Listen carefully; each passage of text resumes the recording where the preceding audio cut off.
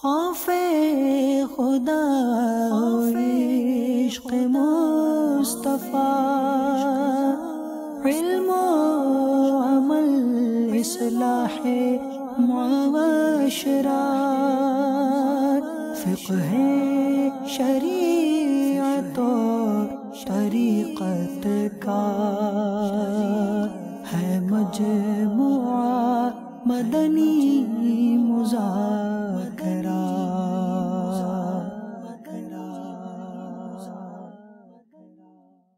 اچھا، یہ آپ کو یہ جو پیار وغیرہ کرتے ہیں اس کا کوئی ٹائم ہے یا مطلب وہ موڈ پہ کرے گا؟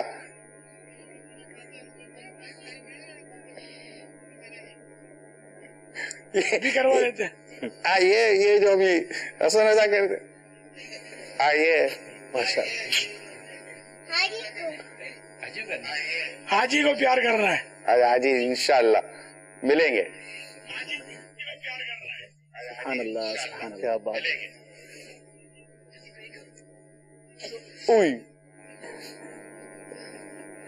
سبحان اللہ، موج لگی ہوئی ہے عبدالحبیب، یہ حسن رضا کی موج لگا، دیکھو کلی اختیارات ہے۔ سبحان اللہ۔ الحمدللہ رب العالمین والصلاة والسلام علی سید المرسلین، اما بعد فاعوذ باللہ من الشیطان الرجیم، بسم اللہ الرحمن الرحیم، الصلاة والسلام علیک یا رسول اللہ وعلی آلک واصحابک یا حبیب اللہ، الصلاة والسلام علیک یا نبی اللہ وعلی آلک واصحابک یا نور اللہ۔ فرمان مصطفیٰ صلی اللہ تعالی علیہ وآلہ وسلم، جو مجھ پر شب جمعہ اور روز جمعہ 100 بار درود پاک پڑھے، اللہ پاک اس کی 100 حاجتیں پوری فرمائے گا، 70 آخرت کی اور 30 دنیا کی۔ صلو علی الحبیب صلی اللہ تعالی علی محمد۔ سوال عرض یہ ہے کہ اگر کوئی کسی پر جادو کروائے اور جس پر جادو کروایا گیا ہو وہ شخص اسی پر پلٹ کر دوبارہ جادو کروا دے تو ایسا کروانا جائز ہے؟ اول تو یقینی معلومات ہوتی نہیں کہ اس نے جادو کروایا، اب دوبارہ اس پر جادو کروانا، یعنی اس نے گندی گالی دی تو وہ بھی کیا گندی گالی دے دے؟ تو یہ مفتی صاحب سے جواب لیتے ہیں اس کا۔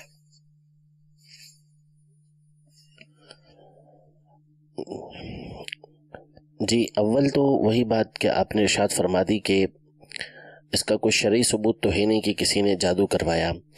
دوسری بات یہ کہ جو جادو ہے اس کی اجازت ویسے ہی نہیں ہے کہ جادو اس طرح کروایا جائے، کیونکہ جادو میں یا تو یہ ہوگا کہ نعوذ باللہ من ذالک اس میں کوئی کفریہ شرکیہ الفاظ ہوں گے یا کوئی شرک یا کفر والا کام کرنا پڑے گا، تو نعوذ باللہ وہ تو کفر و شرک ہے اور اس پہ رضا بھی کفر و شرک کی صورت ہی بنے گی، یا پھر اس میں حرام الفاظ ہوں گے یا مجہول الفاظ ہوں گے، یہ تمام چیزیں ناجائز و حرام ہیں، تو اس طرح کروانے کی شرعاً یہ اجازت نہیں ہے۔ ہاں، اپنے بچاؤ کے لیے اور جو اس طرح کے معاملات ہیں اس سے محفوظ رہنے کے لیے آپ جو روحانی علاج ہیں وہ اپنا کرواتے رہیں۔ امیر اہل سنت دامت برکاتہ عالیہ کی خدمت میں عرض ہے کہ یہ جو پیمپر ہیں بچوں کو لگاتے ہیں اس پر جو ہے وہ کمپنی کا نام لکھا ہوتا ہے، تو کیا یہ بے ادبی میں نہیں آتے ہیں؟ نیپکن پر بھی لکھا ہوتا ہے، WC کموڈ،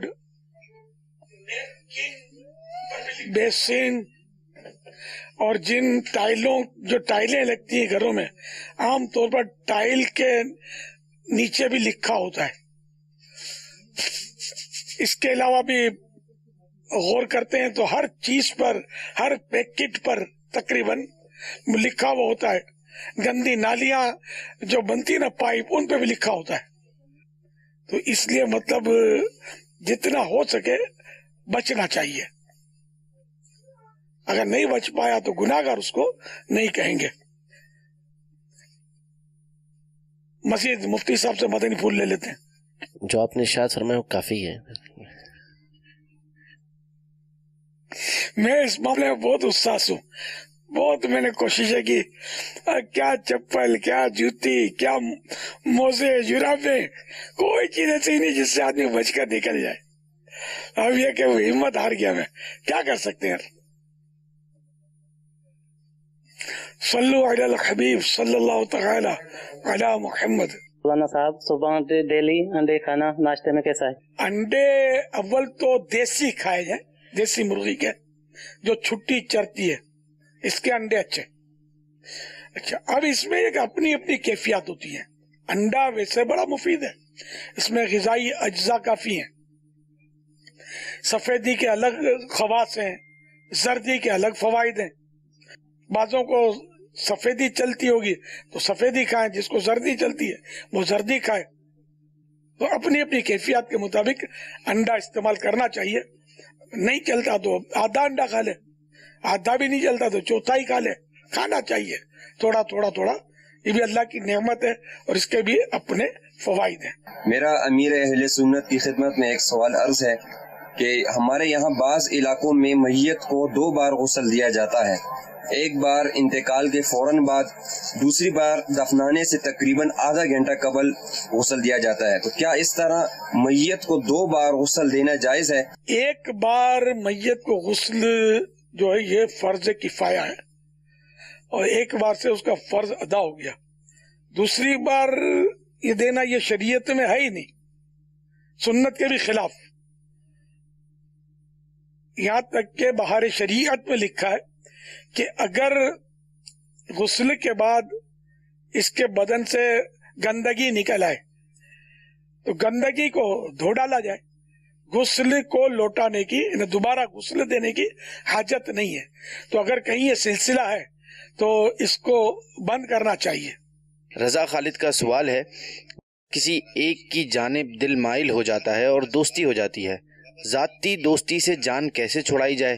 کبھی ایک سے چھڑاتے ہیں تو دوسرے سے ہو جاتی ہے, کیا کریں؟ گجراتی میں کہاوت ہے, نورو نکھو دواڑے, یعنی جو فارغ ہوتا ہے نا تو وہ بربادیوں کو دعوت دیتا ہے. اس میں یہ کہ اگر بندہ جو مصروف ہو نا, اس کو اس طرح کی دوستیوں کا ٹائم ہی نہیں ہوتا. ان دوستیوں سے جان چھڑانے میں ہی عافیت ہے. دوستی بھی اللہ کے لیے ہو, دشمنی بھی اللہ کے لیے. سوال یہ کر رہے ہیں کہ ایک کوئی رشتہ دار ہے, اب اس کو سوائے اذیت کے کوئی دیتا ہی نہیں ہے, اذیت ہی اذیت ہے اس کی طرف سے, تو اب اسے کنارہ کشی اختیار کر لینی چاہیے, کیا شریعت میں اس کی اجازت ہے؟ یہ دیکھیں نا, وہ اذیت, یہ سوال تھوڑا مبہم ہے. اب یہ خاندانی معاملہ ہے, پھر یہ کہ مدنی مذاکرے کو وہ بنا لیں گے دلیل کندھے پہ کہ انہوں نے بولا کہ الگ الگ ہو جاؤ, تو ہم الگ ہو رہے ہیں. اذیت کس کو بولتے ہیں, واقعی اذیت دیتا بھی ہے یا کیا, یا چھیڑخانی آپ بھی کرتے ہیں جس کی وجہ سے وہ اذیت دے رہا ہے؟ دیکھو نا, خامہ کا کوئی آ کر آپ کو تھپڑ نہیں مار دے گا. اگر ایک آدھ مار بھی دی تو پھر بغیر ضرورت کا وہ گھونسا نہیں مارے گا آپ کو. کوئی مطلب سبب ہوتا ہے اذیت دینے کا. ہاں, جو بالکل پاگل ہوتا ہے نا, پاگل کی تعریف یہ کہ جو بے سبب, اعلیٰ حضرت نے لکھا ہے, بے سبب گالیاں دے, پتھر پھینکے, اینٹ پھینکے, سمجھے, تو یہ ہوتا ہے پاگل. تو اب اگر وہ پاگل ہے تو اس سے تو ویسے اگر سگا باپ بھی ہے تو جان تو بچانا فرض ہے نا. باپ کے سامنے سر جھکا کر تھوڑی کھڑا رہے گا, اور باپ پاگل ہے, پتھر لے کر کھڑا ہوا ہے کہ ابھی کھوپڑی پہ دیا اس نے, تو بچائے گا اسی نے اپنے آپ کو. تو یہ عام طور پہ اس طرح کے مسائل جو ہوتے ہیں نا, یہ 2 طرفہ ہوتے ہیں, یک طرفہ نہیں ہوتے. تو اب اگر رشتہ دار اذیت دیتا ہے تب بھی اس کے ساتھ احسان کرنا چاہیے, اچھا سلوک کرنا چاہیے, تو انشاءاللہ ترکیب بن جائے گی. صبر کرے اور مقابلہ نہ کرے. امیر اہل سنت, جیسا کہ اس ویڈیو میں آپ دیکھ رہے ہیں کہ ایک زندہ مچھلی ہے اور اس کو کاٹنے کے لیے کیا طریقہ اختیار کیا جا رہا ہے کہ ایک زور کا ڈنڈا اس کے مارا جاتا ہے جس سے یہ مر جاتی ہے یا بے ہوش ہو جاتی ہے, پھر اس کو کاٹ دیا جاتا ہے. کیا ان کا اس طریقے سے مچھلی کو کاٹنا درست ہے؟ فائدے کے لیے, نفع کے لیے ایسا کرنا ہے تو جائز, لیکن یہ ایسا کام ہے کہ جس سے انسان کو جرجری پیدا ہو جاتی ہے، رحم کی کیفیت ہوتی ہے، تو ایسا کرنا نہیں چاہیے. یہ زندہ زندہ کھال ادھیڑنا، اپنے بدن پر تھوڑی سی جھلی اتر جائے کھال کی یا ناخن تھوڑا سا ٹوٹ جائے، اب کھینچ کے بندہ دیکھے تو صحیح کہ کھینچ کر نکالنا اس کو گوارا یا نہیں ہے، یا تکلیف کی شدت سے اس کا ہاتھ رک جاتا ہے، تو یہ بے بس جانور کس کو کیا کرے گا. تو جہاں نفع حاصل کرنا ہو یا جہاں نقصان سے بچنا ہو تب تو ان چیزوں کو مارنا جائز ہے. اب جیسے کہ مچھلی ہے تو اس کا کوئی شرعی ذبح تو ہے نہیں، بس اس میں یہ کہ اس کو پانی سے نکال دو تو یہ آخرکار مر جاتی ہے. تو اس کے بہتر تو یہی ہے کہ مرنے کا انتظار کر لیا جائے، اس کو ضربیں نہ لگائی جائیں. اب آج کل بکتی اسی طرح ہے مچھلی، زندہ رکھنا پڑتا ہے ان کو، اور گاہک کسی پہ ہاتھ رکھتا ہے جو زندہ ہو. یہ بات مخصوص اقسام ہوتی ہیں مچھلیوں کی، ساری مچھلیاں نہیں. تو وہ زندہ کا دام زیادہ آتے ہوں گے اور گاہک بھی مطمئن ہوتا ہوگا کہ یہ باسی نہیں ہے، تازہ ہے. تو یوں ان لوگوں کو یہ کرنا پڑتا ہے. بہرحال یہ اصول یاد رکھیں کہ جانور کو بے فائدہ ایذا دینا یہ حرام ہے. سوشل میڈیا سے ایک سوال ہے، جب کوئی شخص فوت ہو جاتا ہے تو کیا اس کے گھر روحیں آتی ہیں؟ جی ہاں، یہ شب بارات کو آتی ہیں اور غالباً جمعرات کو بھی آتی ہیں. اس کی روایتیں آتی ہیں، ایصال ثواب کا مطالبہ کرتی ہیں کہ مجھے ثواب ایصال کرو. جب گناہ بھرے چینل چلتا دیکھتی ہوں گی روحیں کہ ڈرامہ دیکھ رہی ہے اولاد، فلمیں دیکھ رہی ہے، ناچ گانے دیکھ رہی ہے یا ناچ گانوں میں مصروف ہے، گالیاں بک رہی ہے، نمازیں قضا کر رہی ہے، تو یہ روحوں کو تکلیف تو ہوتی ہوگی نا. خاص کر فوت شدہ والدین کے بارے میں تو صراحت کے ساتھ روایت بھی ہے نا کہ ان کے یہاں ہر جمعے کو اعمال پیش ہوتے اولاد کے، نیکیاں دیکھ کر ان کا چہرہ جو ہے وہ کھلنے لگتا ہے، اور جب یہ گناہ دیکھتے ہیں اپنی اولاد کے تو ان کے چہروں پر قدورت کے آثار ہوتے ہیں، یعنی ان کے چہرے مرجھاتے ہیں. ایک سوال ہے کہ جو شخص اذان دیتا ہے تو اذان ہر مسلمان کے کان میں جاتی ہے، تو اگر وہ مسلمان نماز پڑھنے نہ آئے تو کیا اذان دینے والے کو گناہ ملے گا؟ اذان دینے والے کو کوئی گناہ نہیں ملے گا، اس نے اچھا ہی کام کیا ہے. امیر سنت سے سوال ہے، کیا آپ صلی اللہ علیہ وسلم کی عادات میں مشورہ کرنا بھی تھا؟ بے شک، پیارے آقا صلی اللہ تعالی علیہ وسلم سے بارہا آپ کا صحابہ کرام سے مشورہ کرنا ثابت ہے. اپنے غلاموں کی حوصلہ افزائی فرماتے تھے، ورنہ پیارے آقا جیسی عقل اور حکمت تو کسی میں نہ ہوئی نہ ہوگی. لیکن آپ کا مشورہ کرنا ثابت ہے، اور مشوروں پر صحابہ کرام کے عمل کرنا بھی ثابت ہے. تو یوں مشورہ کرنا سنت ہے، اور اچھے کاموں میں مشورہ کرنا بھی چاہیے کہ اس میں برکت ہے. میں نے تو کئی بار خواہ خواہ اپنے بچوں سے مشورے کیے، واقعی ان کا دل رکھنے کے لیے یہ خوش ہوں گے.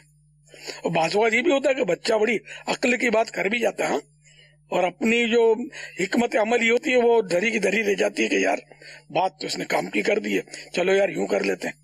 خوف خدا عشق مصطفیٰ، علم و عمل اصلاح معاشرہ، فقہ شریعت و طریقت کا